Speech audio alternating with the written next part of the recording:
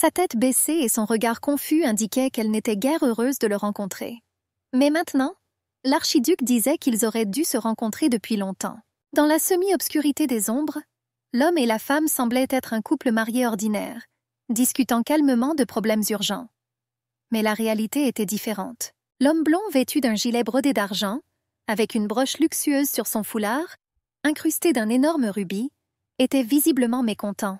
L'homme aux cheveux argentés, fermant les yeux avec hauteur, dit qu'il attendait sa femme depuis une semaine, mais qu'elle n'était pas venue. Et maintenant, en regardant Inès avec des yeux couleur d'herbe, doucement réchauffés par le premier soleil du printemps, il ne comprenait pas pourquoi la femme ne suivait pas l'ordre. Et elle, regardant ouvertement l'homme aux yeux bleus sans fond, dit qu'elle était malade depuis longtemps. Et même maintenant, il ne se sent pas mieux. Mais le jeune homme, affalé sur sa chaise, pensait que la jeune fille cherchait encore des excuses. Il y avait quelque chose d'arrogant dans son indifférence. Baissant les yeux, la belle remarqua déjà le regard froid de son mari, qui ne s'ennuyait pas du tout. Ils ne s'étaient pas vus depuis très longtemps, pensa-t-elle. À la lumière du coucher du soleil, elle remarqua à nouveau ses traits de visage parfaits et ses cheveux impeccablement coiffés. Il était facile de tomber amoureuse de lui, mais l'aimer était dangereux. Et la brune n'avait jamais vu de tels yeux, d'une couleur verte qui ne plie pas sous les vents, changeant selon l'heure de la journée. On pourrait dire qu'il était parfait. Et il y avait même des moments où la belle femme pensait qu'elle pouvait compter sur lui. Cependant, son souvenir, tel un papillon voltant, la transportait déjà 6 ans en arrière, lorsque la jeune beauté fut vendue à son état. Elle était censée être l'épouse du prince héritier, mais elle est devenue l'épouse d'un autre. Leur mariage parfait, illuminé par une multitude de feux d'artifice, semblait élégant et romantique. Une brune raffinée, avec un bouquet délicat dans les mains, et un grand homme blond en imperméable se déplaçant dans le flot de personnes, n'ont pas du tout attiré l'attention du public. En regardant sa femme idéale, il pensait que leur mariage aiderait à l'unification des deux États. Après tout, Inès était un membre de la famille impériale de Genève. Mais l'archiduc de l'Empire Lishan, Ryan, pensant à son mariage loin d'être idéal, réalisa qu'il était comme une pomme, belle et parfumée à l'extérieur, mais pourrie à l'intérieur. Après tout, si l'on regarde la réalité dans les yeux, la fille qu'il a eue comme épouse n'était absolument pas celle dont le jeune homme rêvait. Il comprenait qu'un mariage pourri ne porterait pas de fruits de qualité. Mais il n'avait pas le choix, car Ryan, comme sa femme, était l'otage des circonstances. Il semblait que la mariée était douce et merveilleusement belle, mais il y avait une circonstance désagréable. Elle était la fille illégitime d'une des princesses de Genève. La fille, née d'une relation interdite, était une honte pour la famille. Ayant terni la réputation de la famille impériale, elle fut soumise au ridicule et à la condamnation de la noblesse. Et même lorsque l'homme le plus puissant de l'archiduché, Ryan, l'a acceptée dans sa famille, la fierté de l'homme s'est brisée. Il était froid envers elle. Bien qu'elle, ayant un caractère merveilleux, était caressée par les domestiques et vivait tranquillement dans sa nouvelle famille. Elle était belle et bien élevée, et ses cheveux luxueux couleur chocolat correspondaient parfaitement à ses yeux violets, soulignant sa race. En regardant sa femme depuis la fenêtre, il remarqua de plus en plus qu'il voulait la posséder, et cela l'irritait. Son caractère joyeux attirait et repoussait à la fois l'homme blond. Après tout, l'homme était hanté par l'idée que sa femme était indigne de son attention. En réfléchissant à la manière de piétiner ses sentiments, il voulait que la fille soit malheureuse. Mais Inès, inconsciente de ses terribles intentions, cédait déjà au désir de son mari. Mais au fil du temps, elle s'est rendue compte qu'il n'y avait pas de place pour elle dans la vie de son mari. Elle n'était pas du tout surprise par cette attitude, consciente de sa situation. Mais l'archiduc traita son fils César de la même manière. Un beau garçon, privé de l'amour de son père, il ne le voyait pratiquement jamais. Contrairement à la mère, qui prenait en charge tous les soins du bébé. Étonnée et effrayée par sa ressemblance avec son père, elle aimait follement son fils, essayant de ne pas laisser les étrangers s'approcher de lui. Détachant ses yeux émeraudes, il jeta un coup d'œil à sa mère, réchauffant son cœur d'amour. En lui souriant, Inès savait qu'elle seule avait besoin de lui. Et maintenant, assise dans son bureau, et regardant avec espoir l'homme qui pourrait éventuellement être un bon père, contrairement à son mari, elle a demandé à rendre visite à son fils. Il croisa les jambes pour lui rappeler qu'elle insistait trop dans ses demandes. Et il s'est même énervé à cause de la pression de sa femme. Mais il n'a pas exclu qu'il le fasse dans un avenir proche. Mais la mère déçue ne croyait plus aux mots. Froissant sa robe et terriblement inquiète, Elle demanda à le faire aujourd'hui, car cela faisait déjà la 3e semaine que l'archiduc n'avait pas vu son fils. Mais l'homme plutôt occupé, qui n'avait visiblement pas prêté attention à cela et avait perdu la notion du temps, était visiblement surpris. Et Inessa a déjà catégoriquement exigé que l'homme vienne serrer son enfant dans ses bras au moins une fois. Le regard distant de Ryan indiquait clairement qu'il ne le ferait pas. En baissant les yeux, elle réalisa qu'elle avait encore tort. Mais son regard s'était déjà posé sur le plateau avec le service à thé. Ou plutôt, au thé froid dans la tasse, qui lui était clairement destiné. Elle savait depuis longtemps qu'il l'empoisonnait. Et maintenant, tenant la tasse avec des mains tremblantes, elle remarqua l'arôme caractéristique de la boisson. Après tout, à chaque fois qu'elle rencontrait l'archiduc, elle devait subir une procédure pour purifier son corps. Et le médecin qui a effectué la désintoxication lui a ouvertement dit que sa santé était trop compromise. Et il était en colère qu'elle l'ait appelé si tard. La jeune fille affaiblie comprit qu'il ne lui restait plus beaucoup de temps. Mais elle était toujours généreuse envers ceux qui lui faisaient ça. Les méchants, remarquant des changements chez elle et recueillant constamment des ragots, ont offensé Inès en déclin. Et elle pensait seulement qu'il ne savait rien. En regardant son reflet dans la tasse, la jeune fille comprit qu'étant une épine dans le pied de cette famille, son existence était une insulte à leur fierté. Réalisant qu'il voulait lui arracher l'écharde inutile du visage, elle sentit leur haine. Mais une seule question restait ouverte. Leur petit garçon.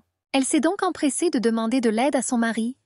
Elle a demandé à aimer et à prendre soin de César. Et habillez également le garçon avec des vêtements décents, et mettez-le au lit dans une chambre confortable. Tenant la coupe dans ses mains et baissant les yeux, Inès supplia l'archiduc d'être un père attentionné, ne laissant pas son fils sans surveillance. Elle rêvait qu'il grandirait et deviendrait un homme digne, même sans elle. Après tout, 10, ou peut-être même 20 ans plus tard, il ne se souviendra pas de sa mère, parce qu'il était trop jeune. Et à l'avenir, elle deviendra un soutien pour son père, et continuera la noble lignée, car l'homme n'avait pas d'autres héritiers. Mais rejetant la tête en arrière, l'homme fut surpris que sa femme dise des choses évidentes.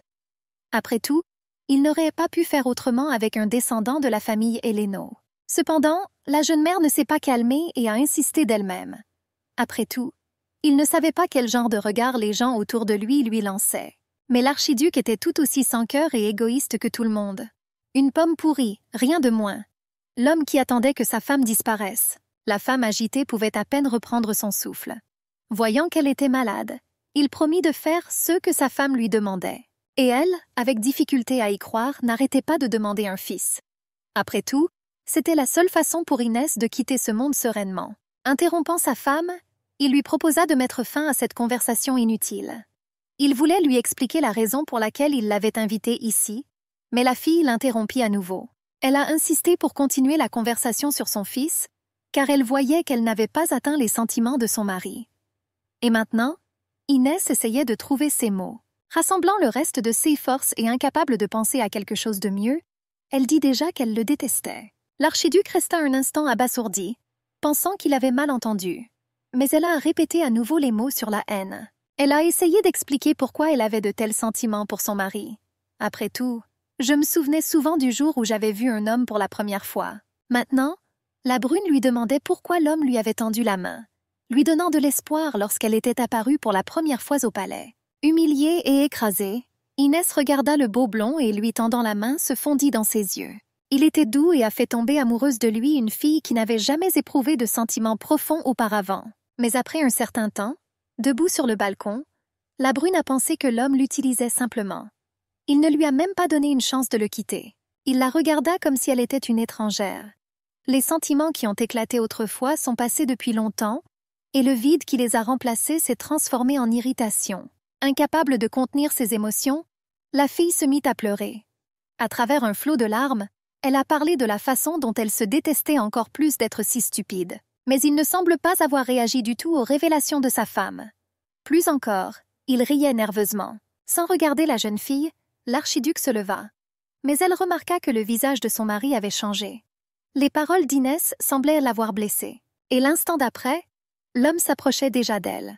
Mais la femme s'en fichait, car elle ne l'aimait plus depuis longtemps. Tenant sa femme par le menton, il lui a demandé à quel point elle était en colère contre lui. En caressant ses cheveux ternes, l'archiduc regarda ses yeux étonnants, ternis par la maladie. Il serra sa femme dans ses bras et resta silencieux, tandis qu'elle ne pensait qu'au fait qu'elle connaissait sa tendresse naissante qu'elle prenait à tort pour de l'amour. Mais soudain, s'éloignant, il commença à reprocher à sa femme de le harceler, et il lui conseilla de ne pas le provoquer, car rien de bon n'en sortirait. Cela semblait drôle. Et maintenant elle regrettait seulement que cet homme cruel et arrogant soit le père de son beau-fils. Serrant toujours la tasse dans ses mains, elle pensait à ce que serait son visage si elle mourait sur cette chaise. Mais l'homme qui la regardait aimait probablement quand la fille souffrait. Portant lentement la tasse à ses lèvres, elle dit adieu à la vie. Les meilleurs moments de ma vie et de mon fils ont défilé dans ma tête, comme l'amour et la douleur en même temps. Et l'homme qui se tenait à côté d'elle comprit que lorsque sa femme serait partie, il serait libre. Et il n'aurait plus à subir la honte qui pesait sur lui. Les forces de la fille la quittaient. Jetant la tête en arrière, Inès soupira lourdement. Son destin étrange et triste a été interrompu. La tasse glissa de ses doigts gracieux et se brisa en éclats de porcelaine sur le sol.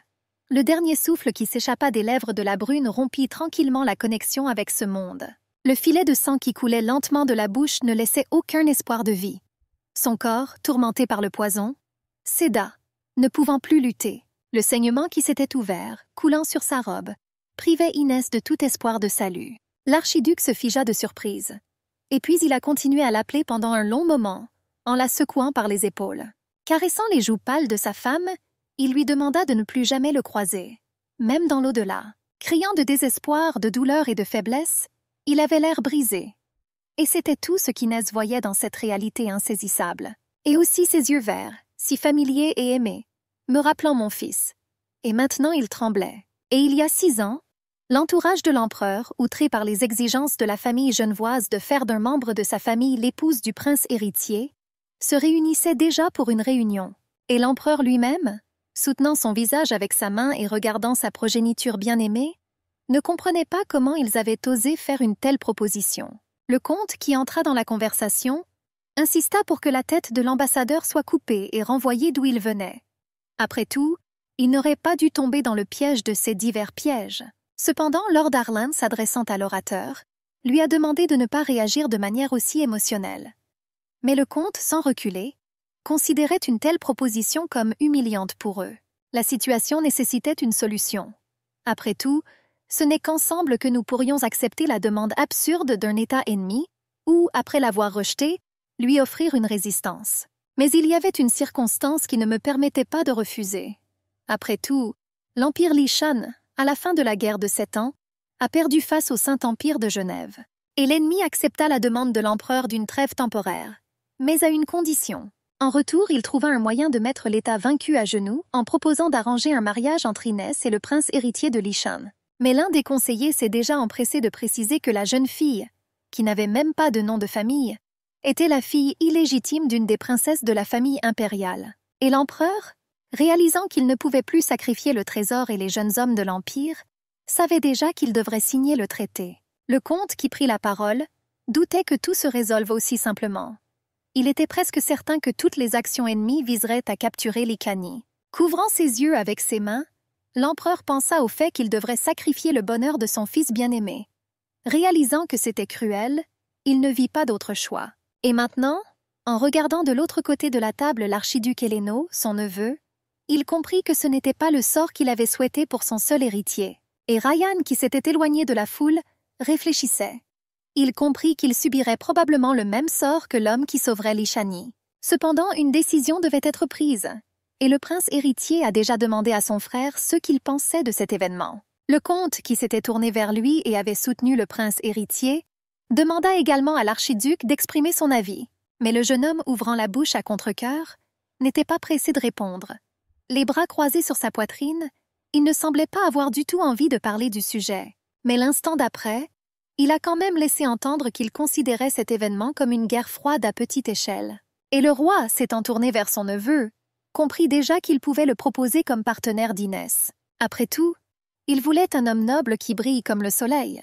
Mais nulle part il n'était écrit que cette bête apprivoisée devait être le prince héritier. Après tout, ce n'était pas seulement son fils qui pouvait prétendre au trône. Le père y pensait à ce moment-là, prenant pratiquement la décision de se marier. Et le propriétaire de Lishan au nord et du vaste désert à l'ouest, assis en face de lui. Après tout, il était le souverain de l'archiduché d'Héléno, fort et courageux, héros de guerre et deuxième prétendant au trône impérial. Il était suffisamment rusé et fort d'esprit, ce qui ne pouvait pas être dit du fils du roi.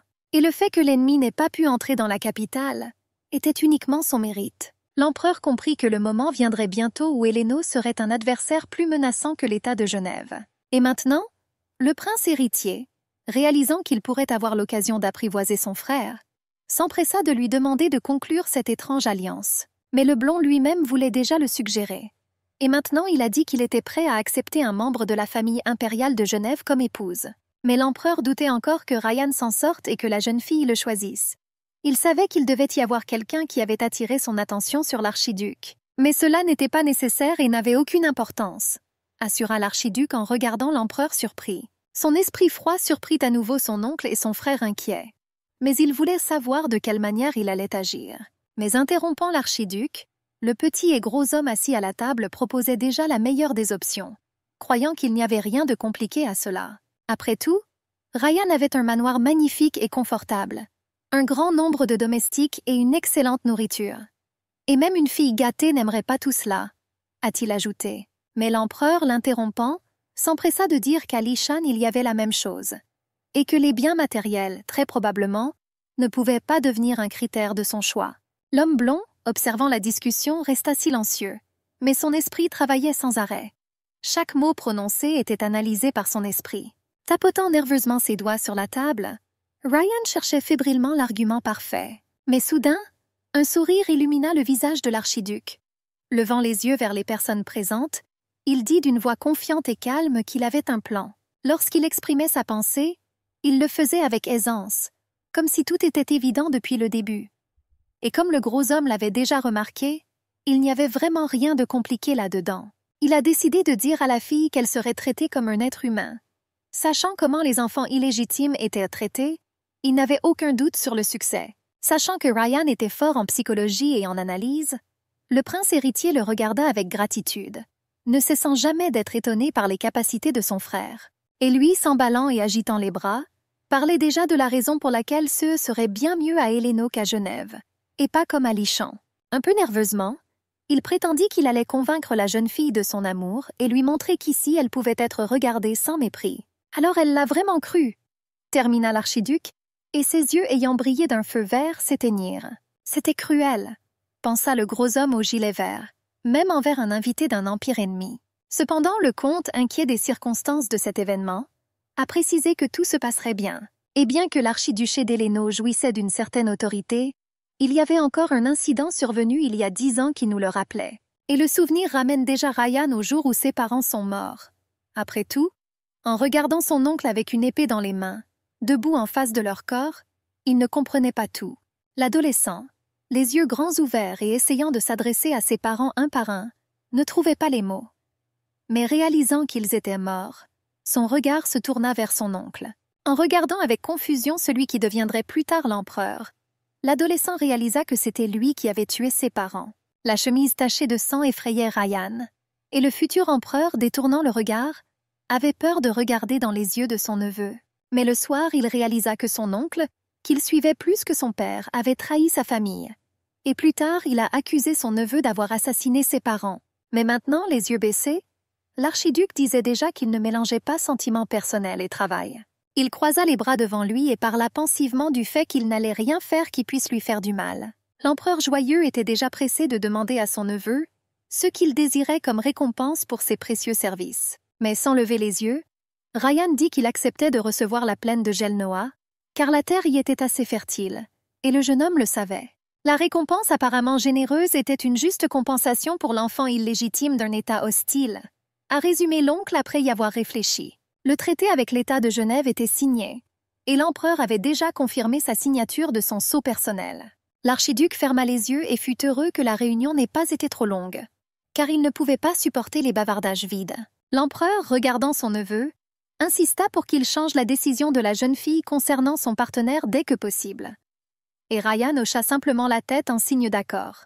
Maintenant, Sa Majesté pensait que le blond tiendrait sa promesse, car son adversaire n'était qu'une femme faible. La réunion était terminée et tout le monde partait. Mais Ryan ne pouvait s'empêcher d'entendre la voix du prince héritier, qui voulait parler. Il voulait s'assurer que tout ce qui avait été dit plus tôt à propos de la future mariée n'était pas vrai. L'archiduc ne comprenait pas la raison de la conversation. Et lui, promettant que tout resterait entre eux, demanda à parler plus simplement et sans condition.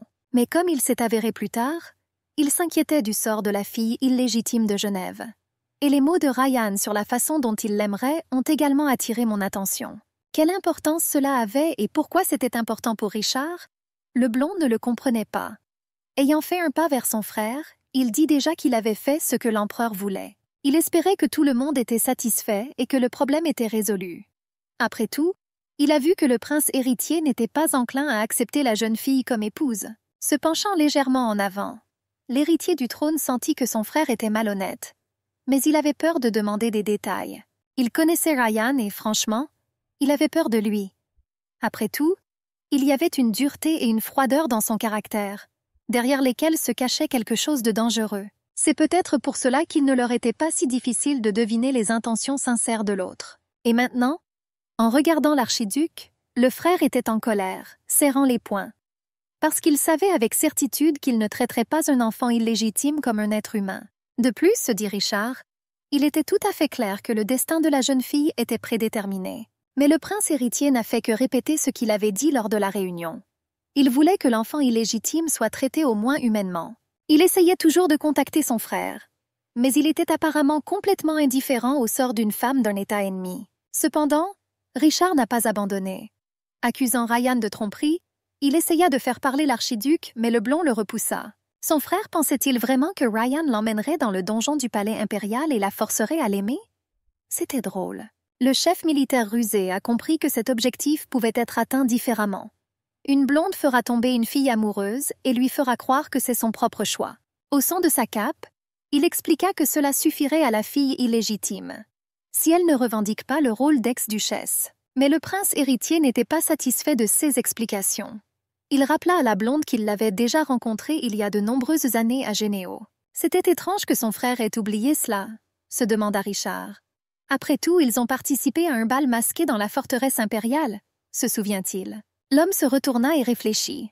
Mais son souvenir le transportait déjà dans les salles luxueuses où lui et son frère étaient invités ce soir-là. Il se souvint que parmi les centaines d'invités, son regard s'était posé sur une belle brune, dont l'attention était également rivée sur lui. Et il fut surpris que son frère s'en souvienne. Cependant, Richard avait déjà rappelé que la fille était charmante et douce. Mais en interrompant le prince héritier, Ryan ne comprenait pas où il voulait en venir. Son frère pensait-il vraiment qu'il abuserait d'elle? Demanda calmement l'archiduc. Regarder l'image de la brune lui rappelait que son côté émotionnel n'était pas du tout développé. Et il aurait été extrêmement imprudent de s'attendre à de telles actions de sa part. Il ne se souciait pas du tout de son apparence. Sans aucun sentiment pour elle, il allait simplement faire son devoir. Et maintenant, Ryan disait que si la fille se comportait modestement, elle pourrait vivre paisiblement quelque part dans les pièces éloignées du manoir. À ce moment-là, l'archiduc ne voulait plus penser à elle. Après tout, c'était une simple formalité. Mais soudain, son regard tomba sur la signature au bas du tableau. C'est ce que faisaient habituellement les artistes. Mais maintenant, le nom d'Inès était là, se couvrant de son manteau, pensa-t-il. Après tout, pour la première fois, il a appris le nom de sa future épouse. Mais si l'archiduc avait su quelle mission était confiée à la jeune fille, et Inès, qui était arrivée, assise sur la dalle froide et écoutant le bruit des chevaux qui s'éloignaient, ne pouvait pas encore reprendre ses esprits. Elle ne comprenait pas ce que ces gens terribles avaient encore inventé. Une femme nerveuse vêtue d'une robe violette lui a demandé d'essayer d'avoir l'air élégante. Et elle n'a pas oublié non plus ce qu'on lui a appris. En se levant du carrelage, Inès comprit de quoi parlait la dame. Mais sachant que ça sentait mauvais, et que ses cheveux et sa robe sale complétaient ce tableau horrible, elle recula de honte. La femme, qui avait vu beaucoup de choses, recula et réalisa qu'elle avait été traitée plutôt cruellement. Et il était visible que la fille ne s'était pas lavée depuis longtemps et qu'elle était clairement affamée. Mais malgré tout, elle n'a pas versé une seule larme lorsqu'elle a été jetée hors de la malle-poste sur les dalles de pierre. Raisonna silencieusement la dame. Elle pointa négligemment son doigt vers l'homme, lui rappelant que Lucifer l'accompagnerait. Et elle exigea que l'ordre de l'empereur Genève soit répété. D'une voix calme, la jeune fille disait déjà qu'on lui avait ordonné d'accepter un homme noble comme époux et de lui faire admettre son insignifiance. Elle croisa les bras sur sa poitrine, ne voulant pas perdre plus de temps. Et l'homme, la saisissant brutalement par la main, était déjà pressé d'emmener la brune au manoir. Mais soudain, Une fumée noire s'élevant de la robe sale de la malheureuse jeune fille enveloppa doucement et étroitement son corps et ses bras. Empêcher la beauté de bouger, la créature des ténèbres était prête à parler. Après tout, tous ces jours difficiles, il était à ses côtés et voyait ce que la brune avait dû traverser.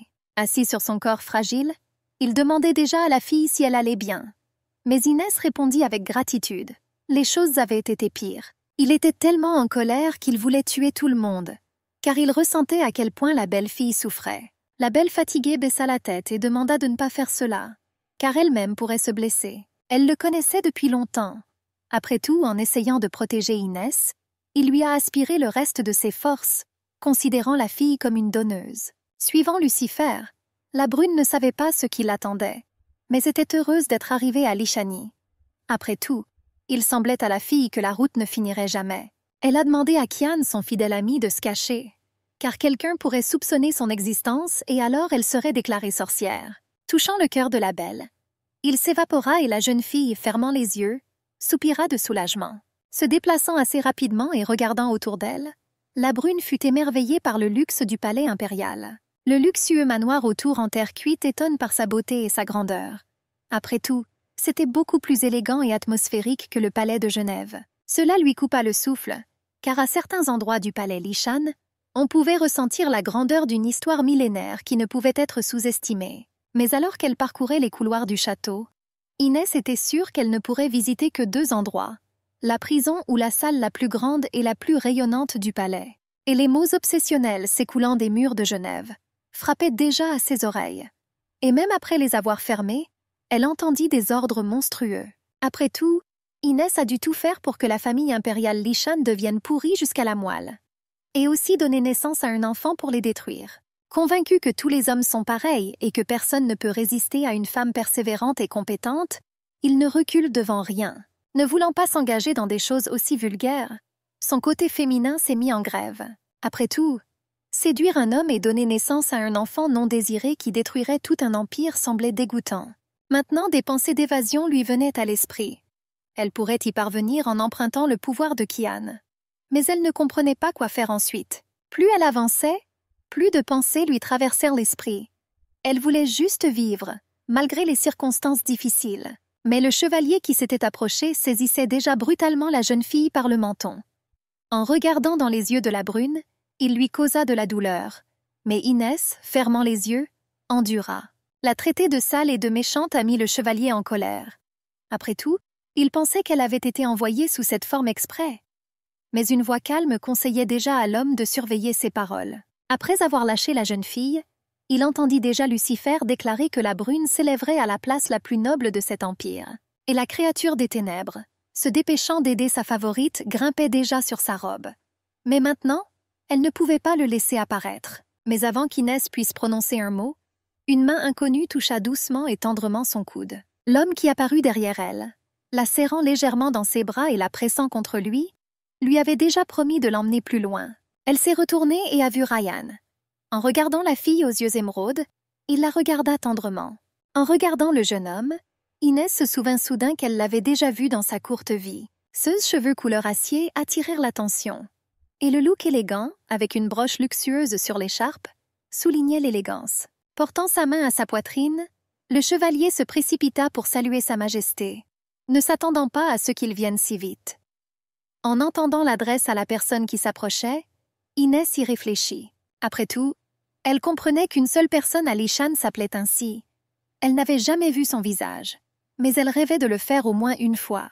Le chevalier confus devint nerveux, et l'archiduc, regardant son subordonné avec surprise, s'enquérait déjà de l'ordre qu'il était censé recevoir. Serrant la jeune fille contre lui, il lui rappela calmement qu'il avait donné l'ordre de la conduire immédiatement dans la chambre d'Héléno. Et l'archiduc ne comprenait pas pourquoi cela n'avait pas été exécuté. À en juger par son regard, le chevalier ne savait vraiment rien. Après tout, désobéir à un homme qui était plus craint que l'empereur Lishan était une menace pour la vie. Le premier chevalier et héritier légitime du trône impérial, fermant les yeux, était clairement mécontent, et regardant le chevalier triste, il fit comprendre qu'il serait puni. Mais gardant son sang-froid et ne voulant pas effrayer Inès, il dit déjà qu'il y emmènerait lui-même la fille.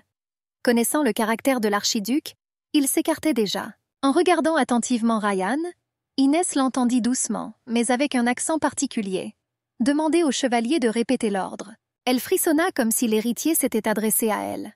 Maintenant, elle comprenait avec certitude que c'était l'archiduc Héléno qui se trouvait devant elle. Après tout, il y a quelques mois, elle a étudié les données personnelles des aristocrates de Lishan et a vu le portrait d'un homme. Mais il n'a donné aucun détail. Et maintenant, Ryan la surprend encore plus. Tendant la main, il salua la brune en Lishan et lui demanda pardon pour son attitude inappropriée. Il était vraiment heureux de son arrivée. C'est du moins ce qui était écrit sur son visage. Et il lui tint la main pendant un long moment, comme s'il ne voulait pas détruire ce moment fragile. Fermant soudainement les yeux, il se pencha doucement et toucha sa main avec ses lèvres. Un baiser léger mais perceptible fit frissonner la fille. Habituée depuis l'enfance à la négligence et à la condamnation complète, elle ne s'attendait pas à de la tendresse, mais la reçut soudainement, éveillant une excitation inhabituelle dans son cœur. La jeune fille rougissante était confuse, mais se ressaisit rapidement et était déjà pressée de remercier le jeune homme. Mais elle remarqua un regard froid dans ses yeux. Inès croisa les bras sur sa poitrine et ressentit un étrange sentiment de malaise. Il y avait trop de contradictions dans ses paroles et ses actes. Il marchait silencieusement le long des longs couloirs du château. Mais après un certain temps, il a parlé. Sa voix semblait égale et indifférente, et il n'y avait aucun intérêt dans les mots.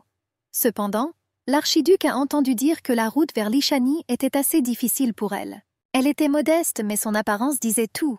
Inès a remercié l'homme pour sa participation, mais lui a demandé de ne pas s'inquiéter. En parcourant les couloirs, il lui demanda de consacrer du temps au repos, car avant la cérémonie d'accueil, ce château deviendrait la maison de la jeune fille. Elle était émerveillée par le luxe qui l'entourait. Des lustres en cristal aux objets rares et uniques disposés un peu partout. Et l'homme imposant était au-delà de tout éloge. Mais son esprit inné ne comprenait pas encore pourquoi il la traitait avec tant de tendresse. Après tout, alors qu'il se tenait de chaque côté de cette vie, un homme autonome et une fille sale, comme si elle vivait sa vie dans la rue. Mais elle ne pouvait rien imaginer de mieux compte tenu de son passé. Inès baissa les yeux, craignant que Ryan ne la regarde de la même manière que tout le monde. En rejoignant l'archiduc, elle pensa un instant qu'elle devrait peut-être le séduire. Mais maintenant, elle était pressée de demander autre chose. Et l'archiduc, écoutant et réalisant qu'Inès était à la traîne et ne le suivait pas, ne comprit pas quel était le problème. Mais elle rappelait déjà qu'ils s'étaient déjà rencontrés. Après tout, elle voulait que l'homme soit un peu plus indulgent envers elle. Et Ryan, étonné par le caractère faible de la fille, commença à s'énerver. Mais c'était un sentiment trompeur, car derrière son apparente légèreté se cachait la douleur. Mais en souriant, Inès continua à parler du fait qu'elle était peut-être la seule à se souvenir de leur rencontre. Cependant, l'instant d'après, baissant la tête, elle rappela à Ryan que s'il avait oublié, la fille n'en parlerait plus. Et l'archiduc continua d'examiner la brune. Il ne comprenait pas pourquoi il faisait ça, mais une chose était claire. Inès était complètement inadaptée à cet endroit.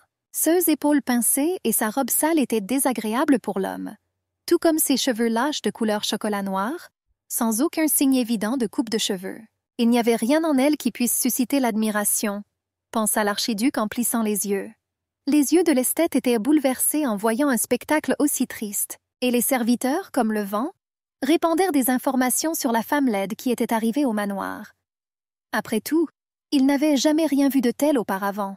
Blotti dans un coin et regardant la fille, ils chuchotaient et riaient. Leurs regards étaient pleins de moquerie et leurs sourires étaient remplis d'une joie venimeuse. En passant devant les serviteurs, Inès entendit des paroles pleines de mépris. Et maintenant, elle comprenait que toute sa vie future pourrait se transformer en une lutte contre les ragots. Et l'archiduc, remarquant avec quelle curiosité les servantes observaient ce qui se passait, leur jetait déjà un regard glacial et exigeait qu'elles observassent la bienséance. Mais Inès, en regardant l'homme, pensait seulement qu'un mariage aussi enviable que celui de l'archiduc n'était qu'un rêve. Peut-être qu'un jour ils se reverront, mais dans des circonstances plus favorables. Mais soudain, il posa doucement sa main sur son épaule. Sentant que la fille tremblait, Ryan, sans réfléchir, jeta son gilet sur elle. C'était comme si le monde s'était arrêté. Personne n'avait jamais pris soin d'elle comme ça. Inès a interprété ses actions de manière complètement différente, car elle voulait aimer et être aimée. En regardant la fille dans les yeux, l'homme lui a demandé de se rappeler s'il avait dit qu'Inès avait l'air trop petite et naïve. Elle rougit et sourit. Inès n'avait aucune idée qu'il se souvenait de cette conversation au bal. C'était incroyable. Les émotions qui envahissèrent la brune étaient impossibles à décrire. Ma poitrine se remplit d'un doux tremblement, et un sourire chaleureux, presque enfantin, joua sur mes lèvres. La conversation pendant le bal l'a aidée de manière inattendue à conquérir Inès. C'était un bon début, pensa l'archiduc, car il voulait endormir sa vigilance. Elle a parlé timidement de la façon dont elle voulait s'excuser de ne pas l'avoir reconnue tout de suite. Mais ce n'était pas facile à faire, car le masque blanc recouvrait pratiquement tout le visage. Mais Ryan ne pensait pas qu'il était nécessaire de s'excuser. Il continua à regarder la brune, ne sachant pas à quoi s'accrocher. Il était évident que toute sa vie n'avait pas été facile, et c'est pourquoi elle essayait de plaire. Apparemment, Inès croyait que l'intersection de leur destin pourrait jouer en sa faveur. Ne sachant pas quoi dire d'autre, la jeune fille baissa tristement la tête. Et l'archiduc, ne comprenant pas combien de temps il perdrait encore du temps, suggéra d'aller plus loin. Son visage s'est illuminé. La beauté fatiguée sourit, et Ryan se rendit compte une fois de plus qu'elle était complètement inadaptée à cet endroit. Debout sur le tapis rouge, illuminée par le lustre en cristal et les rideaux de gaze savamment placés, elle retenait son souffle. Mais Inès ne savait pas qu'elle vivrait ici. Tout ce que la fille voyait à l'intérieur était aveuglant et étonnant. Des meubles exquis et des tissus raffinés créaient une atmosphère chaleureuse, et des fleurs dans des vases remplissèrent la pièce de parfum. Mais à toute cette splendeur, il y avait aussi des serviteurs qui étaient à sa disposition, nous a rappelé l'archiduc.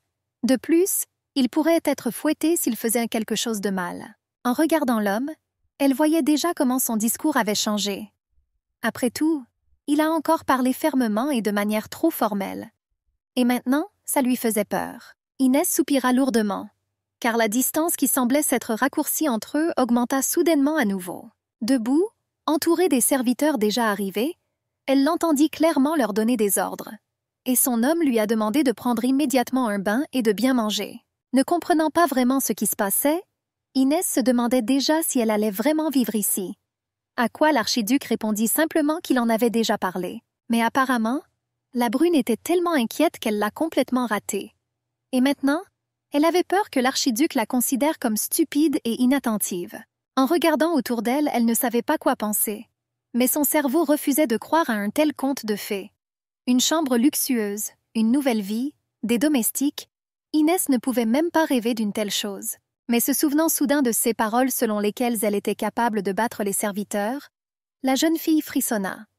Après tout, cela pourrait plutôt s'appliquer à elle. Bien sûr, elle ne voulait pas être mise en prison, mais elle ne savait pas non plus quoi faire de cette vie merveilleuse.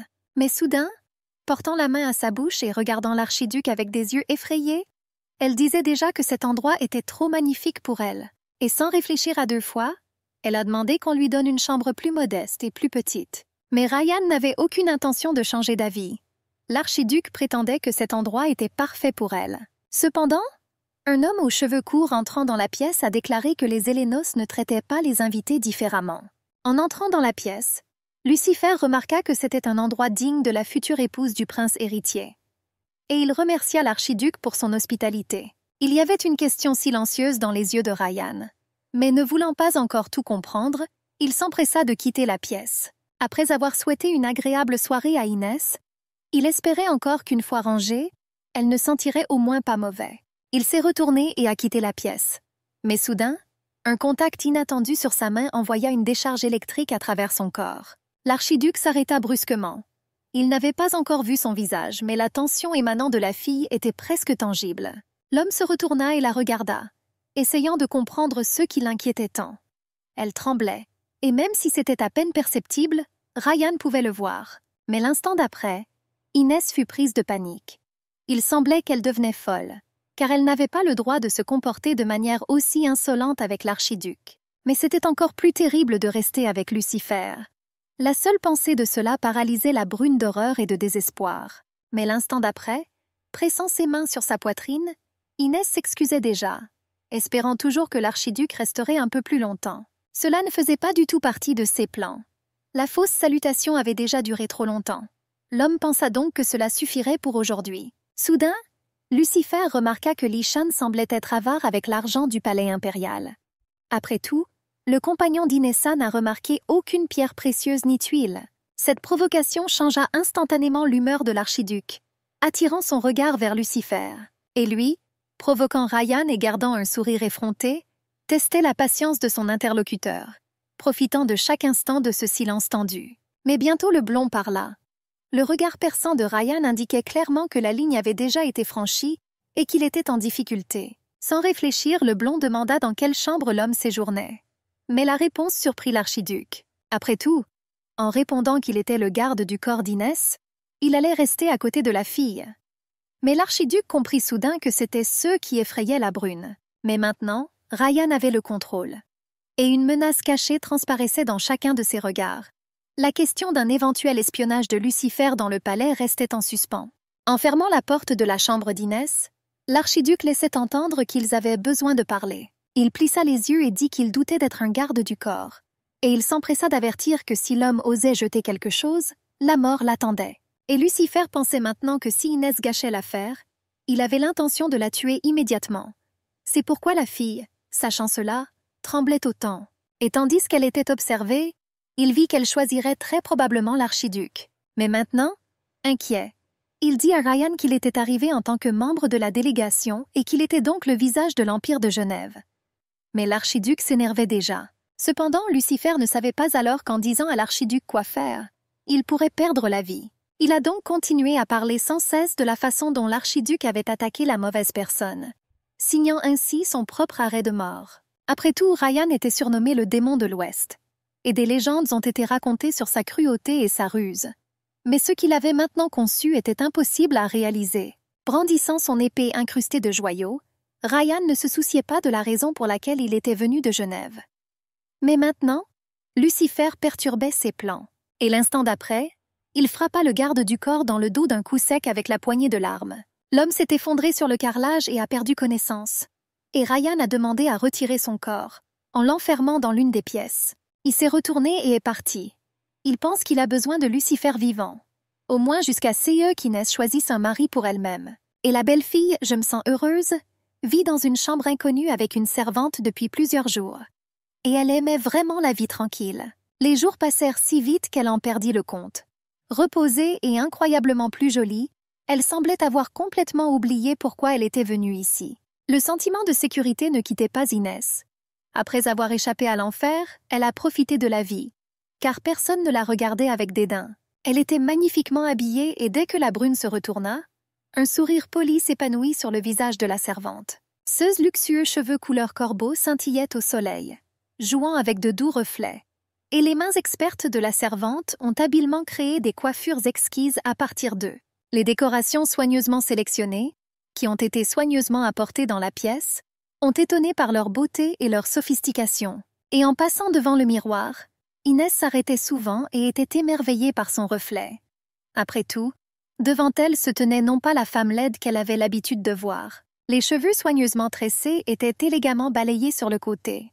Et la robe couleur canari, faite d'un tissu coûteux, convenait étonnamment à la fille. En quelques jours seulement, elle est passée d'une jeune fille minable et discrète à une vraie dame. Et tout cela semblait incroyable, presque comme un conte de fées. Jetant soigneusement une large étole d'un vert profond sur les épaules d'Inès, la servante admira le goût impeccable du duc. Mais elle ne pouvait pas croire ce qui était dit. L'idée que l'archiduc choisissait personnellement ses tenues la remplissait à la fois de surprise et d'inquiétude. Mais l'instant d'après, se couvrant la bouche de la main, la servante se tut. Après tout, au palais, chaque mot imprudent pouvait coûter trop cher. Mais essayant de distraire la fille effrayée, Inès s'intéressa à la raison pour laquelle cette pièce s'appelait Héléno. C'était vraiment elle. Après tout, aucune autre pièce du palais impérial n'avait jamais vu une telle quantité de cadeaux, de fleurs et de friandises diverses. Il l'a complètement transformée en sa bien-aimée Héléno. Avec du désir dans les yeux, elle rêvait de rencontrer au moins une fois de plus le propriétaire de cet endroit. Après tout, après que l'archiduc l'ait amenée dans cette pièce, il ne lui a plus jamais rendu visite. Et qui est-elle, pensa la jeune fille. Et pourquoi aurait-il des raisons de lui rendre visite? Son rôle d'escorte a pris fin le même jour. En regardant les bagues, aussi gracieuses soient-elles, la jeune fille ne comprenait pas pourquoi il envoyait des cadeaux. Si seulement la malheureuse beauté savait dans quel jeu Ryan essayait de l'entraîner. Les pensées obsédantes ne voulurent pas me lâcher. Elle ne savait pas si c'était acceptable d'accepter de tels cadeaux. Et donc j'ai voulu revoir l'archiduc pour parler de ça. Dans ses heures de loisirs, elle pensait à l'archiduché d'Héléno et se demandait s'il était ouvert aux gens comme elle. Mais surtout, la brune s'intéressait au genre de personne qu'était Ryan. Mais la créature des ténèbres qui apparaissait de plus en plus souvent dans ces moments de mélancolie disait à la jeune fille de ne faire confiance à personne. L'esprit sage, comprenant que son donateur manquait d'expérience de vie, lui suggéra qu'il n'y a pas de bien sans prix. Il y aurait un prix à payer pour tout, et il suggéra de s'enfuir. Inès repoussa ses pensées, réalisant qu'elle devrait quitter ce conte de fées magique de luxe et d'attention. Elle ne voulait pas perdre une partie aussi nouvelle et merveilleuse de sa vie. Après tout, elle croyait naïvement qu'elle était récompensée pour ses souffrances et son injustice. Après tout, elle osait espérer qu'il y avait peut-être une autre issue. Mais des larmes coulaient involontairement de ses yeux transparents et bleu marine. La fille, tourmentée par la vie, voulait juste être heureuse. Manger de bons aliments, porter de beaux vêtements et profiter de la nouvelle journée. Et apparemment, tous ses rêves étaient désormais destinés à se réaliser. Le prince héritier, ouvrant la porte des appartements d'Inès, s'empressa de regarder les résultats de son plan. Pendant ce temps, la servante, admirant sa nouvelle robe et sa coiffe inhabituelle, ne pouvait retenir ses émotions. Et en effet, ce matin, Inès était particulièrement belle, comme si elle pressentait l'arrivée d'un invité. Et sa confiance en elle grandissait chaque jour. En regardant la charmante brune, il évalua la robe argentée qui correspondait parfaitement à ses cheveux noirs et à ses yeux bleus. Agréablement surpris, il fit l'éloge de la jeune fille. Après tout, tout dans son apparence, de sa coiffure à sa robe, indiquait que les changements lui avaient été bénéfiques. À la lumière des lustres en cristal et des meubles luxueux, il ne pouvait rester silencieux. C'était vraiment beau, et l'homme était clairement satisfait du travail qu'il avait fait. Et Inès, remarquant son attention, ressentit une joie inattendue. L'excitation se répandit comme une légère rougeur sur les joues de la brune, et une étincelle insaisissable brilla dans ses yeux. Elle a parlé de la façon dont Perry l'a choisie, et la blonde répondit en soulignant que sa femme de chambre avait un excellent goût. Il a également demandé si tout allait bien pour la fille. Assis à la table et regardant la tasse avec la boisson, il attendait déjà une ode à sa fierté et à son intelligence, comprenant à quoi la fille pouvait penser pendant tout ce temps. Mais Inès était vraiment heureuse. Elle a été très bien traitée. Elle le remercia et s'épanouit. Et elle ajouta, avec audace et en rougissant, qu'elle était très contente des compliments de l'archiduc. Révélant une autre facette, cela a fait réfléchir Ryan. Son intérêt éveillé était difficile à manquer. Et les beaux yeux, mais si froids, de l'homme devinrent soudain plus doux. Agitant ses mains avec émotion, il était heureux qu'Inès s'habitue à un tel luxe. Et la fille, demandant à nouveau ce qu'il voulait dire, ne comprit pas tout à fait les allusions. Et sans cesser de rougir, elle a dit que sa vie avait tellement changé qu'elle se sentait mal à l'aise. Et en plus, j'ai peur de m'y habituer. Tenant une tasse dans ses mains, il demanda avec intérêt ce que la jeune fille faisait pendant son temps libre, et si elle s'ennuyait à passer du temps dans la pièce. Mais il n'avait même pas deviné depuis combien d'années elle rêvait d'être dans un tel état, dit la brune.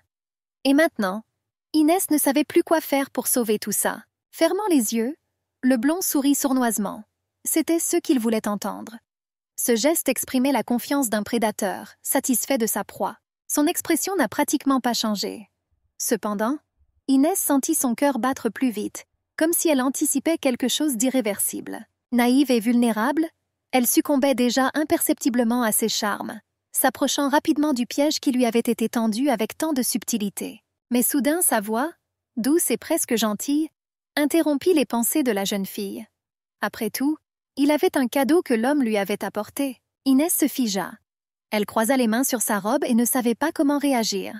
L'excitation n'a fait qu'augmenter, mais la curiosité a pris le dessus, et Ryan s'approchait déjà d'elle.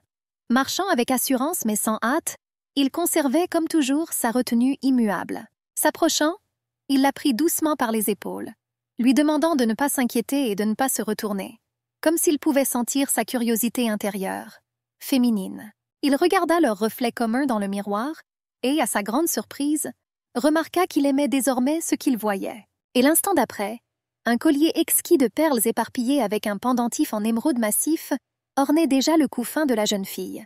Un pendentif en émeraude massif, comme une goutte de feuillage printanier gelé, scintillant de nuances de vert profond, rafraîchissait la peau d'Inès. Elle a oublié comment respirer. Mais ce n'était rien comparé à la sensation de ses doigts glissant le long de son cou, essayant d'attacher les bijoux. En regardant la fille, il pensa à quel point il était facile de conquérir une femme, et il se délectait également de son propre génie.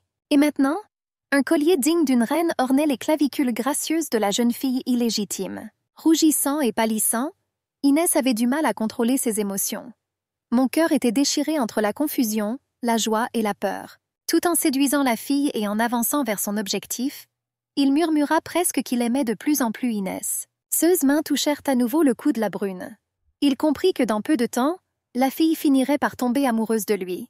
Mais quand elle s'est tournée vers lui, elle s'est éloignée. Le bombardant de questions sur la générosité avec laquelle l'homme la traitait, elle n'en comprenait pas la nature. Après tout, il a amené une fille illégitime dans sa maison, l'a habillée de beaux vêtements et lui a offert de précieux cadeaux. En regardant dans ses beaux yeux, il réalisa que personne ne lui avait jamais montré de gentillesse. Sinon, elle n'en aurait pas parlé tout le temps. Mais tout ce qu'il a fait pour elle cette semaine a été d'envoyer son assistant chercher un cadeau. Et puis, assis à son bureau et soutenant sa tête avec ses mains, il écoutait une histoire ennuyeuse sur la façon dont il avait soigneusement choisi un cadeau. Et même lorsque Ryan a ouvert la boîte et en a sorti un luxueux collier de perles, pas un seul nerf n'a tremblé sur son visage indifférent. Mais en continuant à regarder la jeune fille, l'archiduc était une fois de plus convaincu que ceux qui sont nés hors mariage, comme son oncle, ont toujours soif d'amour. Et maintenant, il prit sa main gracieuse dans la sienne.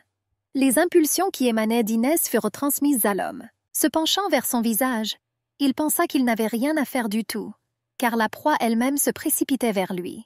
La brune rougit, mais ne s'éloigna plus, malgré le fait qu'elle n'avait toujours pas reçu de réponse à ses questions. Sentant son cœur battre, il comprit qu'Inès était nerveuse, ce qui signifiait qu'elle luttait avec ses sentiments et ses émotions. Il la lisait très facilement. Après tout, étant une personne sans émotion, il ressentait pleinement ses sentiments. Et chaque fois qu'Inès cligna des yeux tremblants, l'homme voyait ses yeux infiniment bleus, que jamais une personne aussi rusée n'avait vus. Mais soudain, il rougit lui-même, de façon inattendue et totalement inhabituelle pour un homme qui en avait vu beaucoup.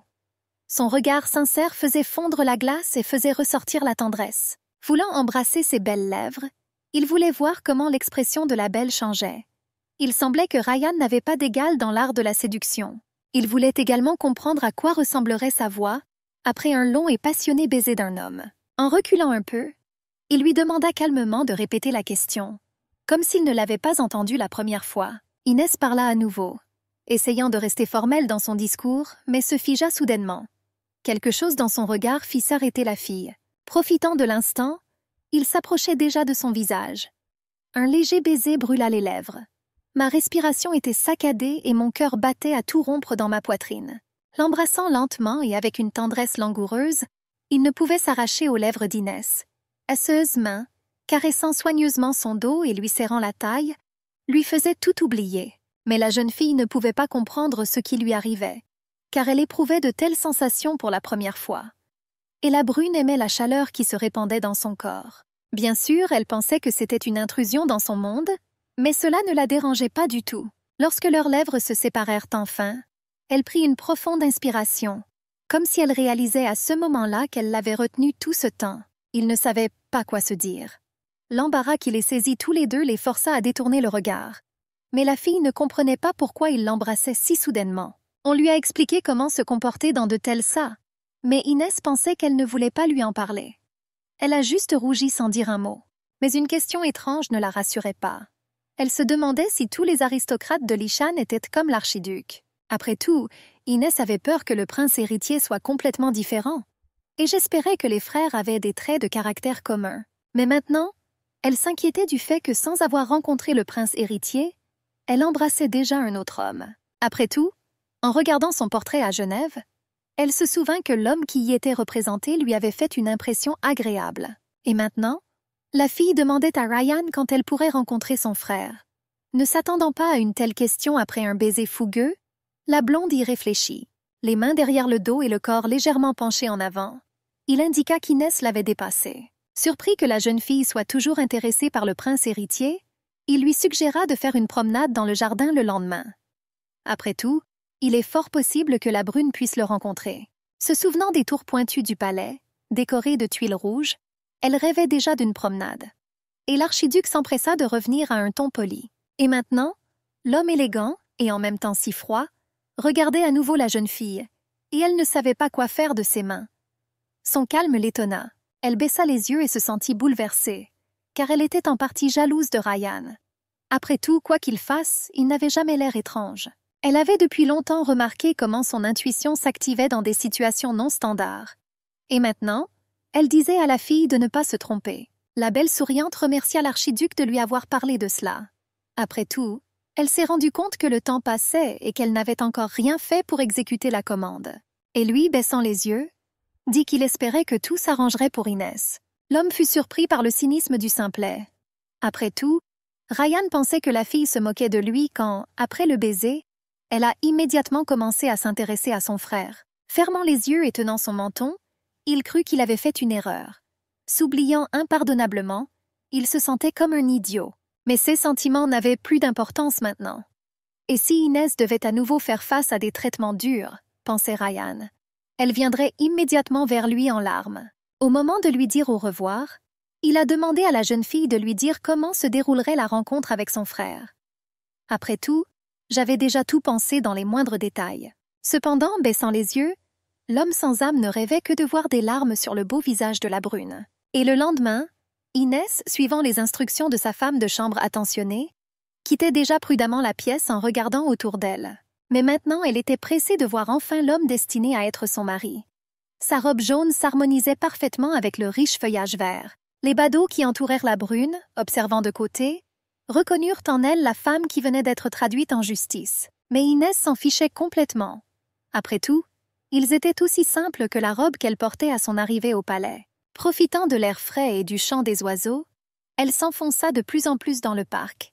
Considérant que toutes les conversations autour d'elle étaient les mêmes, la brune n'y prêta pas attention. Elle s'était depuis longtemps habituée au fait que les gens la méprisaient. Et même si elle ne faisait de mal à personne, c'est seulement en regardant quelqu'un dans les yeux qu'elle comprenait ce qu'il pensait d'elle. Et seul l'archiduc Héléno faisait exception. Après tout, il a habilement mis un masque sur son beau visage. Levant les yeux au ciel, elle pensa qu'elle ne faisait toujours pas confiance à l'archiduc.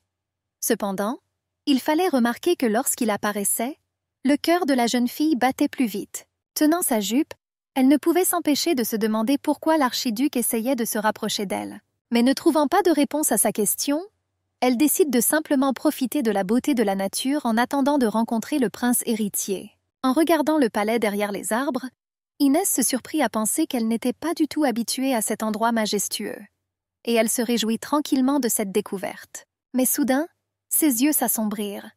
Un frisson familier me parcourut l'échine, indiquant que le messager des ténèbres était à proximité.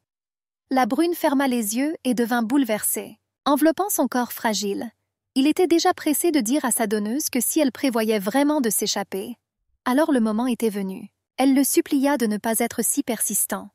Mais maintenant, dans le jardin, révélé dans toute sa gloire, il conseilla à Inès de ne pas avoir peur. Kian n'était clairement pas content. Mais en le regardant dans les yeux, elle comprit que son mystérieux ami était sérieux. Et c'est à lui seul qu'elle pouvait faire confiance. Et lui, sentant le danger qui menaçait la jeune fille, la poussa à fuir, ne lui laissant pas le temps de douter. Et Inès, avant qu'elle puisse regarder en arrière, courait déjà vers les buissons denses du jardin. Elle avait tellement peur que les battements du cœur de la brune couvrirent le bruit des feuilles. Ses pensées étaient confuses et la fille ne savait pas quoi faire. Pendant ce temps, le prince héritier, vêtu d'une simple chemise, la cherchait déjà dans le fourré d'arbres. Il connaissait ces sentiers depuis son enfance, et pour les avoir parcourus 2 fois, il ne comprenait pas où la brune avait disparu. L'anxiété grandissait, mais il ne pouvait pas l'expliquer. Les souvenirs l'envahissent, le ramenant au jardin fleuri du palais impérial de Genève. Après tout, c'est là qu'il a vu pour la première fois une beauté aux yeux bleus. Mais la jeune fille n'a pas vu son prince héritier, car il était couvert d'un masque assez épais. 8 ans se sont écoulés depuis, mais Richard ne pouvait toujours pas oublier ses yeux. Appelant le chevalier, il ordonna de renforcer la sécurité à la frontière. Et si la fille aux cheveux noirs le croise, il demande de le lui signaler immédiatement. Cependant, le chevalier proposa de l'amener de force.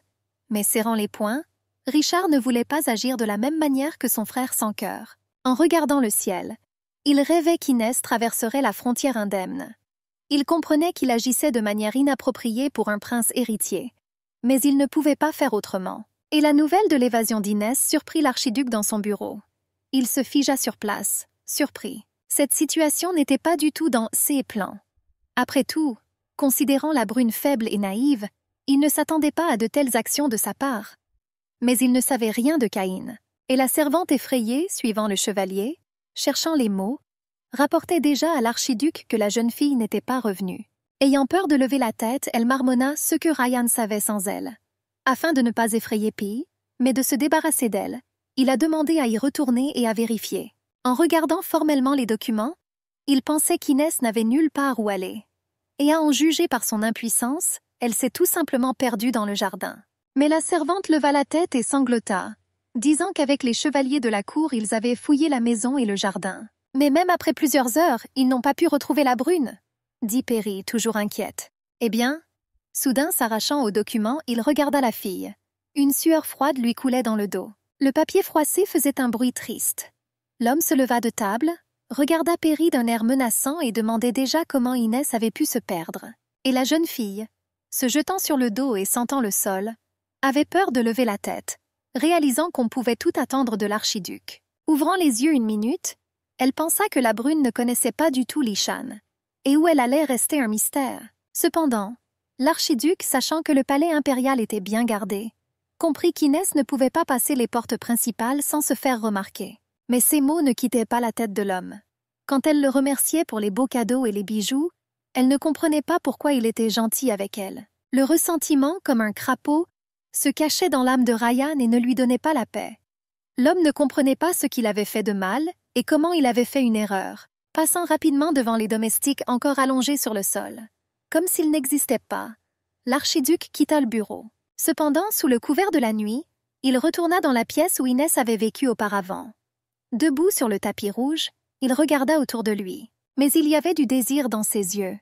Le guerrier chevronné cherchait la raison qui avait poussé la jeune fille à partir, car rien ne laissait présager des ennuis. La robe ennuyeuse qui allait si bien à la brune et qui rappelait le baiser de l'homme, gisait tristement sur la coiffeuse, attendant sa propriétaire. Il baissa la tête et réfléchit. Après tout, la réalité était que la jeune fille n'avait rien pris d'autre que les choses qu'elle avait apportées au palais. Et Perry, qui arrivait par derrière, fut surprise de voir comment la robe dans laquelle la brune se promenait revint dans la pièce, et l'ancienne disparut. La femme de chambre bouleversée, restée dans la chambre après le départ de la jeune fille, ne comprenait pas comment cela était arrivé. Mais elle fut encore plus surprise par l'homme qui se précipitait dans la pièce. Il n'était clairement pas lui-même, car il n'arrêtait pas de répéter qu'elle avait laissé tout ce que Ryan lui avait donné. S'approchant du coffre à bijoux, il sortait déjà le collier qu'il lui avait offert la veille. Debout devant le miroir, il serrait le collier d'une main, se rappelant comment il l'avait attaché au cou fin de la jeune fille, et de l'autre il caressait sa robe. L'irritation qui s'est manifestée n'a pas disparu. Personne n'avait jamais osé rejeter son attention auparavant. Mais elle est partie sans se retourner, sans remercier, sans apprécier. Des doigts fins serraient plus fort le collier. À ce moment-là, le blond réalisa qu'il ne voulait pas seulement qu'elle revienne. Il voulait la punir. Mais soudain, la tristesse apparut dans ses yeux. Un destin cruel lui enlevait constamment ce que Ryan voulait. Et même la femme insignifiante l'a quitté. Et maintenant, donnant l'ordre de retrouver le fugitif à tout prix, l'archiduc n'allait pas attendre plus longtemps. Un chevalier loyal à qui l'on confiait une tâche savait qu'il était impossible de désobéir. Après s'être incliné, il était déjà pressé d'exécuter l'ordre. Et devant ses yeux, encore et encore, apparaissaient les immenses yeux bleus et les lèvres tendres que l'homme avait embrassés si passionnément la veille. Il ne pouvait s'empêcher de se demander comment une jeune fille pouvait fuir un pays où elle ne connaissait personne. Réalisant que même si elle disparaissait sans laisser de traces, il la retrouverait sans aucun doute dans les 5 jours. Mais en continuant à chercher dans tous les endroits bondés, les hommes de l'archiduc n'ont toujours pas réussi. Mais le magasin auquel menait une jolie route pavée, et dans lequel la jeune fille s'était installée n'a pas pu être retrouvé même 7 mois plus tard. Et Inès, symbole de la trêve temporaire entre les États, marchait sur les pavés, sûre que personne ne la trouverait. Mais après cet incident, les relations entre les États se sont rapidement détériorées, et il a fallu faire quelque chose pour maintenir cette paix précaire. 3 mois plus tard, en route pour Genève, le prince héritier était pressé de parler à l'empereur. Et c'était une bonne décision. Après tout, l'ancien accord pour mettre fin à la guerre touchait à sa fin, et l'empereur de l'État de Lichang comprenait qu'il n'y avait pas assez de force pour continuer la guerre. Et la demande de retrouver Inès n'avait pas pour but de montrer la puissance de Genève. Il y avait probablement une autre raison. Après tout, il a été confirmé qu'elle était à Kairan. Et même s'il n'y avait aucune raison de s'inquiéter, la brune pourrait avoir des problèmes de santé, a lu Richard dans les rapports. Mais il aurait mieux valu vérifier, pensa le jeune homme, car tous ces mois il s'était inquiété pour la fille. Il voulait être sûr qu'elle allait bien. En regardant tristement par la fenêtre de la voiture, il pensa qu'il serait préférable qu'Inès disparaisse quelque part outre-mer, sur le continent oriental. Et l'archiduc, assis sur le canapé de son bureau, comprit qu'il était temps d'arrêter de chercher la jeune fille et de s'occuper des affaires de l'État. 7 longs et pénibles mois de recherche. Il espérait qu'en retrouvant la brune, son état s'améliorerait. Personne ne l'avait jamais rendu fou comme cette fille audacieuse et indomptable. Ayant touché une corde sensible, elle a transformé Ryan en un chasseur obsessionnel. Mais on frappa déjà à la porte et le chevalier, regardant prudemment dans l'embrasure de la porte, rapporta à l'homme assis dans l'obscurité qu'il avait des nouvelles. Il écoutait en silence. Mais lorsque le chevalier dit qu'ils avaient trouvé le fugitif, le blond se leva brusquement. Ajustant sa manchette, il semblait prêt à porter un coup décisif. Et les livres disposés, les carnets de recettes et les bougies qui fumaient constamment, indiquaient que le travail dans l'herboristerie de Robert se poursuivait de jour comme de nuit. Une brune aux yeux bleus dans une robe d'été verte, regardant l'homme en plaisantant l'appeler une dame, qui lui a de nouveau dit qu'elle devait prendre soin d'elle. Après tout, elle avait vraiment l'air malade. Et le propriétaire attentionné du magasin avait raison, car il ne savait rien de Caïn, qui enlevait à la belle 16 dernières forces. Elle a ri. Et qu'attendait-elle d'un homme qui étudiait les plantes médicinales depuis 50 ans? Bien sûr, Robert rêvait de la guérir. Mais avec curiosité, levant le nez et rejetant en arrière ses cheveux qui la gênèrent souvent, elle demanda combien de temps il lui restait. L'homme qui observait Inès depuis plusieurs mois était surpris par son caractère rare. Après tout, dans les yeux de la belle, il n'y avait ni peur, ni désespoir, ni regret. Mais tout en rassurant Robert, elle lui dit qu'elle se sentait bien et lui demanda de ne pas s'inquiéter. Cependant, l'homme ne s'est pas laissé tromper, car il a vu qu'Inès était en sous-poids. Et malgré le fait que la fille mangeait bien, sa peau restait pâle. Lorsque Robert a trouvé la brune sur le rivage, son cœur battait à peine. Et même après le traitement, elle pouvait à peine bouger, ce qui dérangeait le médecin. Il la grondait souvent parce qu'elle négligeait son traitement, car bientôt elle ne pourrait plus du tout sortir du lit. Mais Inès ne fit que pleurer et resta silencieuse. Et puis elle s'est plainte en silence de ne pas pouvoir rester au lit pendant 6 mois, tandis que la vie passait à côté d'elle. Et maintenant, debout derrière le comptoir en face de l'homme, la brune a dit qu'elle voulait le récompenser avec gentillesse pour tout ce qu'il avait fait pour elle. Mais l'homme se saisit la tête et se mit en colère. Il semblait qu'elle ne l'écoutait pas du tout. Maintenant, il ne comprenait pas de quel type de paiement il était question. Il était absolument conscient de l'état de santé de la fille et lui a presque crié dessus. Et Inès le regarda simplement avec ses grands yeux. Il a demandé de ne pas lui mettre la pression, car il lui a conseillé de prendre des médicaments et de se reposer davantage. Et peut-être qu'alors elle aura 10 ans à vivre. Et Inès, regardant tendrement dans les yeux du docteur, était heureuse du verdict. Mais elle a demandé qu'on lui donne au moins une sorte de tâche. Et l'homme, acceptant finalement, demanda à aller au moulin. Elle était si heureuse qu'elle fit grincer la porte et sortit déjà dans la rue. La lumière du soleil, courant doucement sur le visage, s'arrêtait sur les cheveux. Elle ferma les yeux et devint silencieuse, absorbant l'énergie envoyée par le monde. La jeune fille était heureuse que la petite ville portuaire où elle se trouvait soit si loin du palais impérial. Une brise agréable, ébouriffant mes cheveux courts, m'aidait à respirer. Elle a remercié le destin pour le bon choix, sentant que c'était sa place. La brune serrait un panier de fruits et de baies et regardait au loin. Et la mère, flirtant tendrement avec Inès, nous rappelait l'histoire de leur rencontre. Après avoir fait un choix difficile et l'avoir payé de sa santé, la jeune fille était toujours heureuse. Après tout, cet endroit était habité par des gens merveilleux et gentils. Mais dès qu'elle pensa qu'il ne savait pas qui était la fille, une fumée noire l'enveloppa déjà. Caïn rappela encore à la belle de ne faire confiance à personne, car c'est seulement là que résidait son salut. Et elle a continué à le croire. En fermant les yeux, elle comprit que chaque gentillesse a son prix. Et même Robert n'aide pas pour rien. Et maintenant, elle savait que c'était la meilleure période de sa vie modeste. Et donc, elle ne voulait rien changer. Et si elle vit ainsi pendant les 10 années dont Robert a parlé, alors elle sera déjà reconnaissante au destin. La brune n'avait aucune idée que l'air à l'extérieur des murs du palais pouvait être si frais et merveilleux, jusqu'à ce qu'elle se retrouve ici. Et maintenant, tenant un panier de fruits et de baies, elle pensait à ce que sa vie aurait été si la jeune fille était restée au palais. Très probablement, elle serait devenue l'épouse du prince héritier, pensa la jeune fille. Mais elle n'avait jamais vu cet homme et ses fantasmes manquaient clairement. Mais le plus terrible était de penser que la jeune fille pourrait devenir l'amante de l'archiduc, dont elle se souvenait encore des baisers. S'adressant mentalement à Richard, elle dit qu'elle ne se souvenait pas de son visage, et encore moins de sa silhouette. Mais le jeune homme était gentil avec elle, et c'était l'essentiel. Mais la brune pensait sans cesse au froid et secret Ryan. Au bruissement des arbres, elle entrait déjà dans la ville, dispersant au passage des pensées vides. Après tout, elle comprenait maintenant que seules les circonstances pouvaient changer le destin.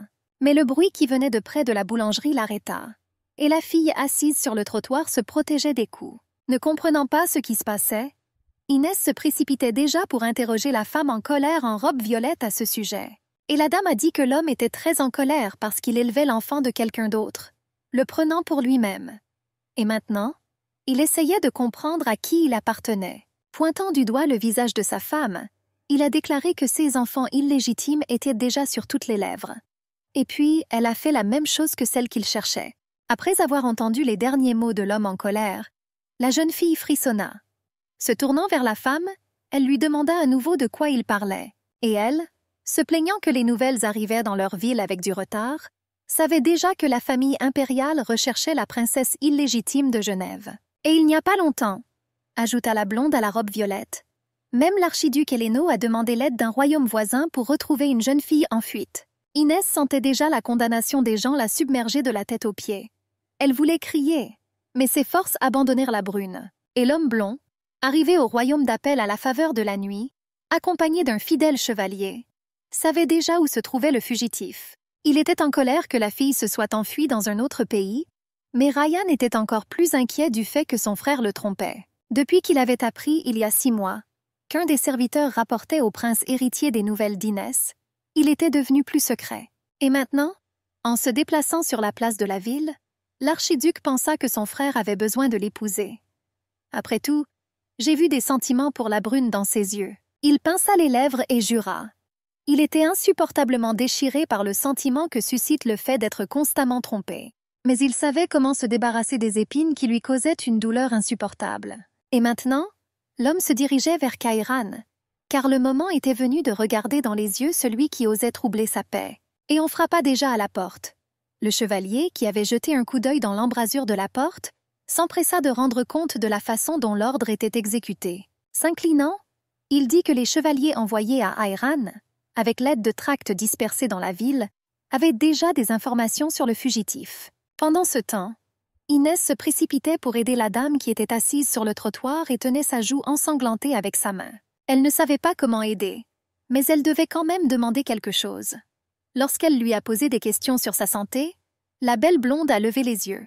La joue cassée gonflait rapidement et la douleur était visible dans les yeux. Inès, reculant involontairement, essayait déjà une situation similaire. Mais tout ce que la femme pouvait dire, c'est qu'elle allait bien. Cependant, la brune ne le pensait pas, et la fille qui se tenait à côté de sa mère se mit à pleurer. La femme a serré le bébé dans ses bras et l'a calmé. Et Inès suggéra qu'ils aillent à l'herboristerie, sans penser du tout qu'elle faisait quelque chose de mal. Elle se souvint qu'elle avait déjà perturbé la vie paisible de l'homme. Mais il ne s'est jamais plaint, et la solution est donc venue naturellement. Tout en aidant la fille à se relever, elle réfléchissait à ce qu'elle dirait au propriétaire du magasin. Après tout, la réalité était que l'homme battait sa femme, qui était tombée enceinte du comte Tiger.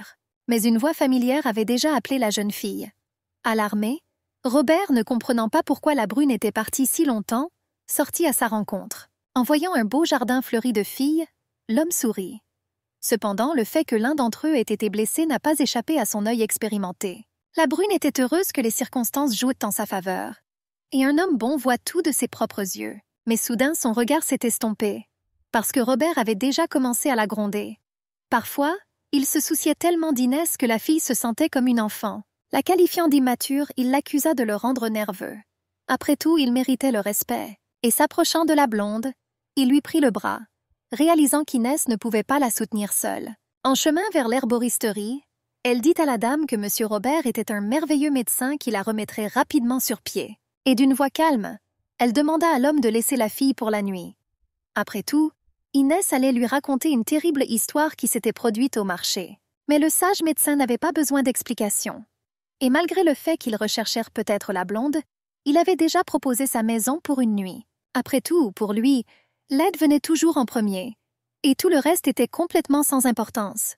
Et maintenant, Robert a demandé aux filles d'entrer rapidement dans le magasin. Il entendit qu'un juge de Hayran avait été envoyé pour accuser Inès d'adultère avec lui.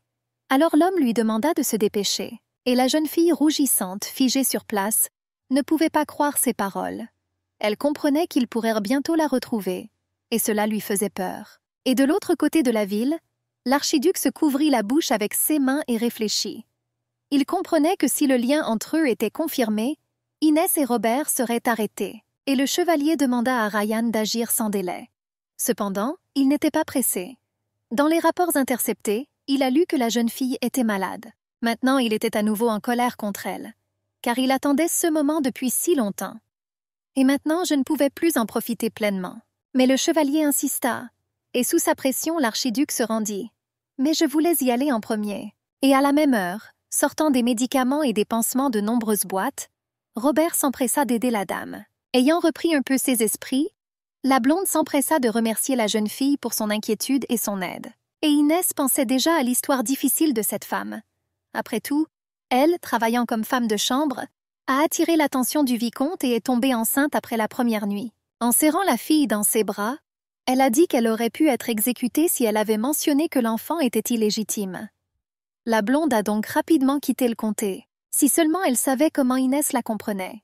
Après avoir subi l'humiliation et la condamnation, la jeune fille vendue en échange de la paix a de nouveau ressenti les émotions qui avaient éclaté. Mais maintenant, la brune a conseillé à la mère de la fille de faire une pause dans les terribles événements. En attendant, elle s'occupera du bébé. Assise sur le lit et posant ses mains sur ses genoux, la femme commença à réfléchir. Elle n'avait aucune idée de comment continuer à vivre. Après tout, elle n'avait absolument pas vécu une telle expérience, et la belle aux yeux bleus ne jetait qu'occasionnellement un coup d'œil à son invité, divertissant la petite fille. La femme respira doucement, mais décida quand même de s'allonger. Ma joue brûlait et les pensées tournèrent dans ma tête. Mais soudain, tournant la tête vers Inès, la blonde dit doucement qu'elle avait l'air des enfants illégitimes d'un vicomte. Elle ne voulait en aucun cas offenser la jeune fille, en parlant en images et en sentiments. Elle pensait simplement qu'elle était trop noble. Inès baissa la tête et accepta. Mais elle n'était pas prête à parler d'elle-même, réalisant que se rapprocher sur cette base ne finirait pas bien. À la lumière de la lampe de nuit, elle lui demanda pardon pour ses paroles et le remercia à nouveau, car elle comprenait que s'il n'y avait pas eu la rencontre avec la fille, ils auraient dû passer la nuit dans la rue. Mais les gens qui se trouvaient dans les mêmes circonstances se comprenaient sans mots. Ouvrant la valise de voyage de Robert, la brune en sortit une pince à épiler et un bandage. Elle comprenait qu'elle ne pouvait pas faire grand-chose pour aider la fille, mais elle savait comment soigner les blessures. Et sans perdre de temps, elle le fit sous les sons répétés des mots de gratitude. Essayant de calmer la femme, elle lui a demandé de dormir. Et le matin, la brune promit qu'avec le sage Robert, ils élaboreraient un plan pour la suite des actions. Alors qu'elle quittait la pièce, Inès s'arrêta.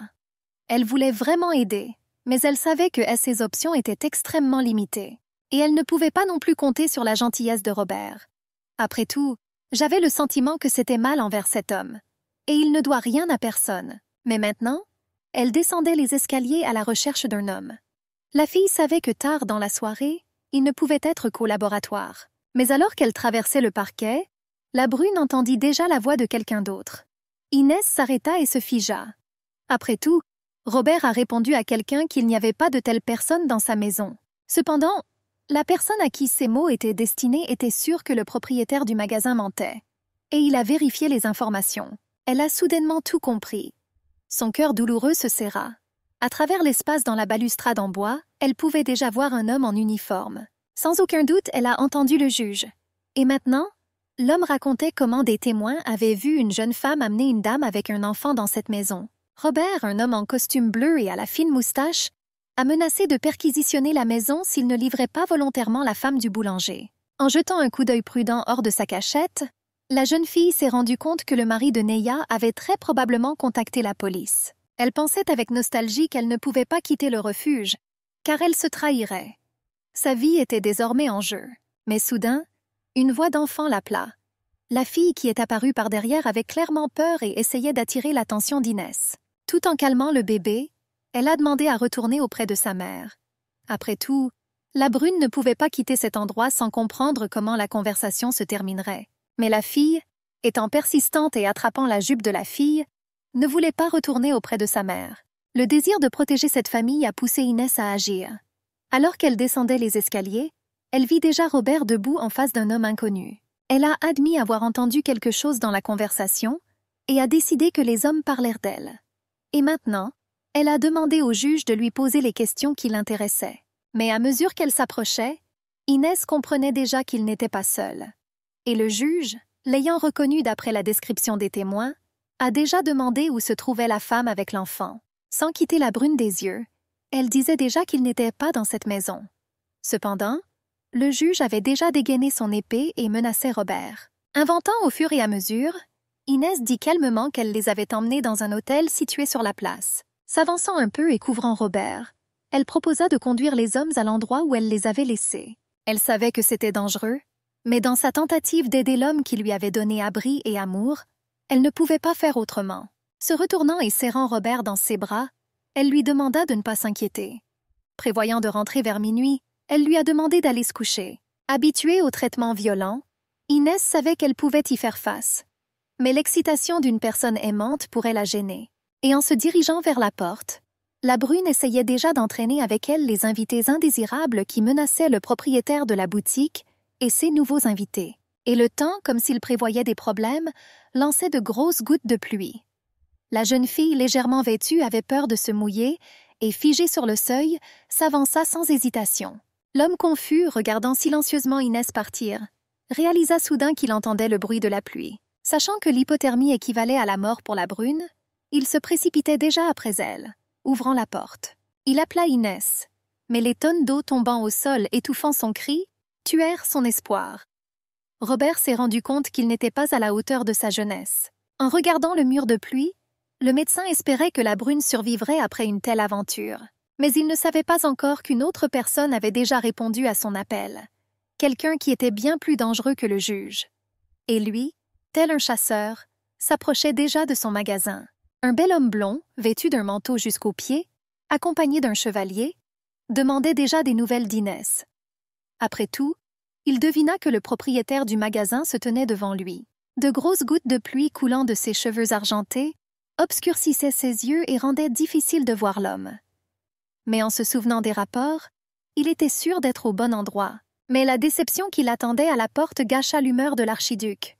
Après tout, dans cette maison, il n'y avait personne qu'il cherchait depuis si longtemps.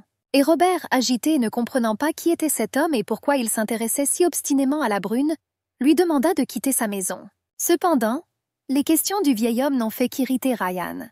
Après tout, personne n'avait le droit de lui dire quoi faire. En regardant la lumière dans la fenêtre du 2e étage, il ordonna au chevalier de fouiller tous les coins, mais de trouver le fugitif. Et Inès, accroupie et appuyée contre le mur de l'hôtel, pleurait. Après tout, en accompagnant les hommes, elle a compris qu'elle ne pouvait pas se passer de Caïn. Et l'ami fidèle, l'enveloppant de fumée noire, était heureux d'aider le donateur.